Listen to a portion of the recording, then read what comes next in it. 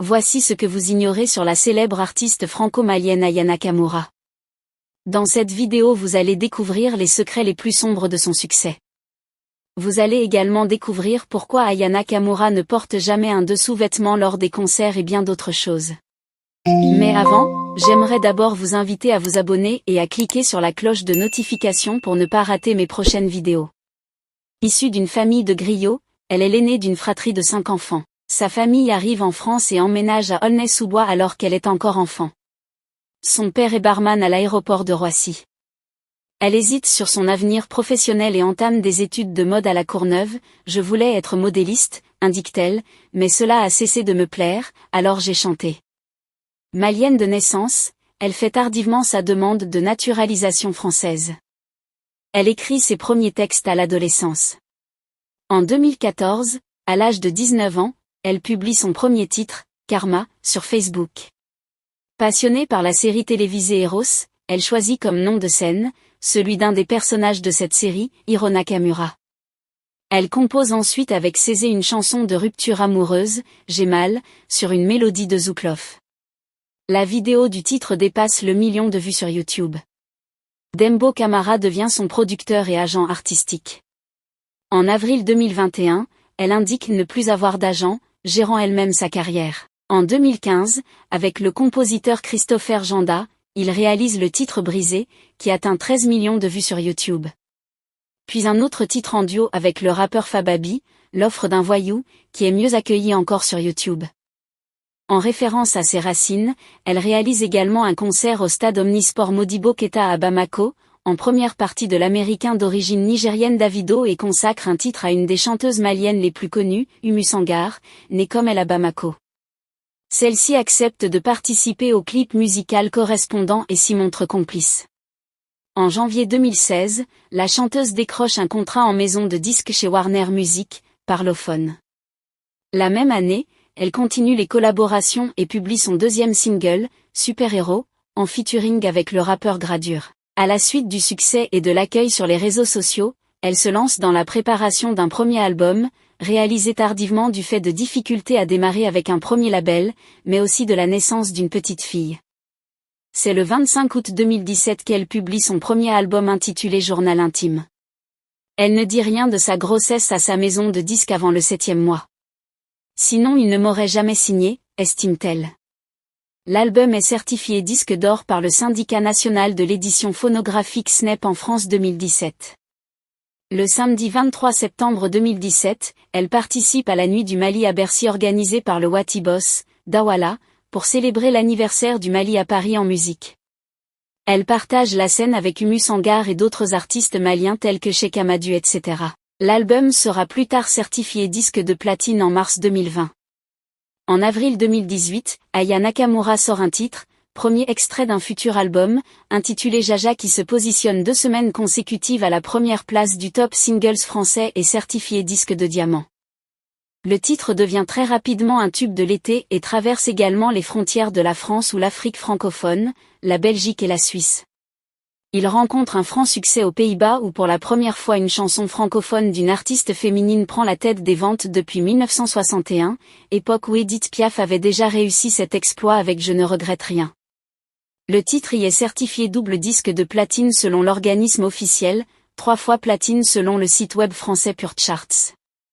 Jaja est diffusé sur les radios allemandes, suédoises, roumaines et autrichiennes. Le clip cumule 951 millions de vues sur YouTube après sa prestation remarquée aux 34e victoires de la musique, où elle est nommée 2 fois. Son successeur, Copine, sorti en août 2018, entre 4e du classement des singles en France, streaming inclus, et est certifié lui aussi disque de diamant. Intitulé Nakamura. Cet album fait connaître la chanteuse du grand public, une notoriété grandissante propulsée par des singles au fort succès commercial.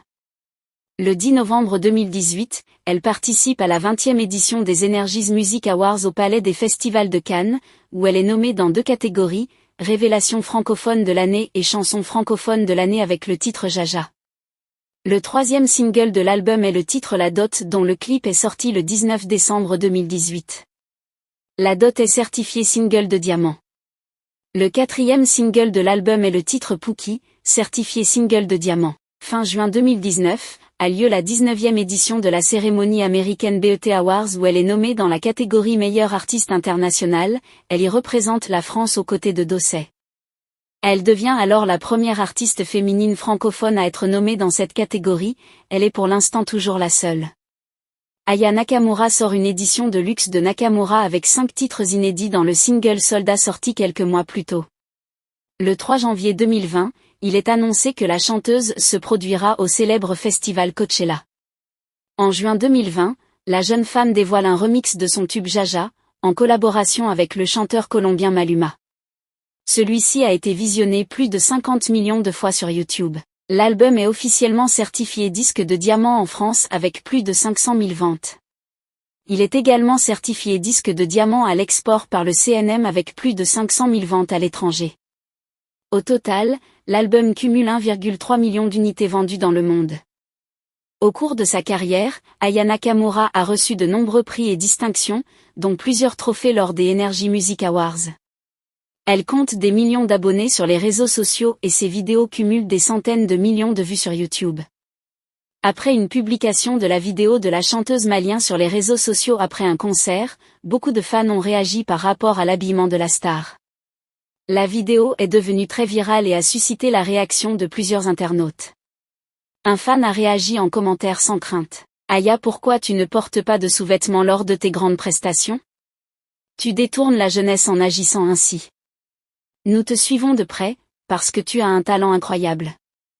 Nous allons toujours te suivre, mais change ta façon de t'habiller, a-t-il déclaré. Nous pouvons comprendre suite à l'écoute de ce commentaire que beaucoup de fans n'apprécient pas sa façon de s'habiller.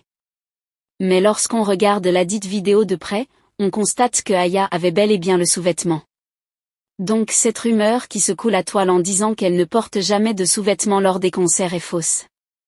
Il faut noter que Aya Nakamura a un parcours très inspirant dans le monde musical, malgré les multiples critiques. En dehors du domaine musical, Aya gagne aussi des revenus dans d'autres domaines à savoir un compte Netflix. En février 2023, elle devient l'égérie internationale de Lancôme. Le 18 octobre 2023, sur sa chaîne YouTube, elle y poste un concert promotionnel au sein du domaine de la rose, à Grasse. Le 1er octobre 2023, Aya Nakamura est annoncée comme nouveau membre du jury pour la 3e saison de l'émission Nouvelle École sur Netflix. Sur le plan financier, Aya Nakamura a accumulé une belle fortune grâce à ses ventes d'albums, de singles, de tournées et de contrats publicitaires. Elle a également lancé sa propre ligne de vêtements et de produits de beauté. Avec ce travail acharné, Aya Nakamura a accumulé une grosse fortune estimée à plusieurs millions d'euros. Aya Nakamura donne naissance au printemps 2016 à une petite fille nommée Esha. En décembre 2020, pour la première fois sur les réseaux, elle s'affiche en couple avec le producteur de clips vidéo Vladimir Boudnikov. Après une grossesse discrète, le 6 janvier 2022, Aya Nakamura donne naissance à une fille dont le père est Vladimir Boudnikov. Le mardi 18 octobre 2022, Aya Nakamura confirme sa séparation avec Vladimir Boudnikov, après 2 ans de relation. La toile du mal à définir l'orientation religieuse de Aya Nakamura. Elle est également réservée sur sa religion et sa relation avec l'Afrique. Cependant, elle continue de revendiquer ses origines maliennes et de mettre en avant ses racines africaines à travers sa musique et son style. Avec cette discrétion sur ses croyances, beaucoup disent que l'origine de son succès n'est pas simple. Aya Nakamura continue de mener une carrière florissante dans l'industrie musicale, en enchaînant les succès et en se produisant sur les plus grandes scènes. Elle reste une artiste incontournable de la scène musicale française et internationale. Si ça vous a plu, n'hésitez pas à vous abonner et à cliquer sur la cloche de notification pour ne pas rater mes prochaines vidéos.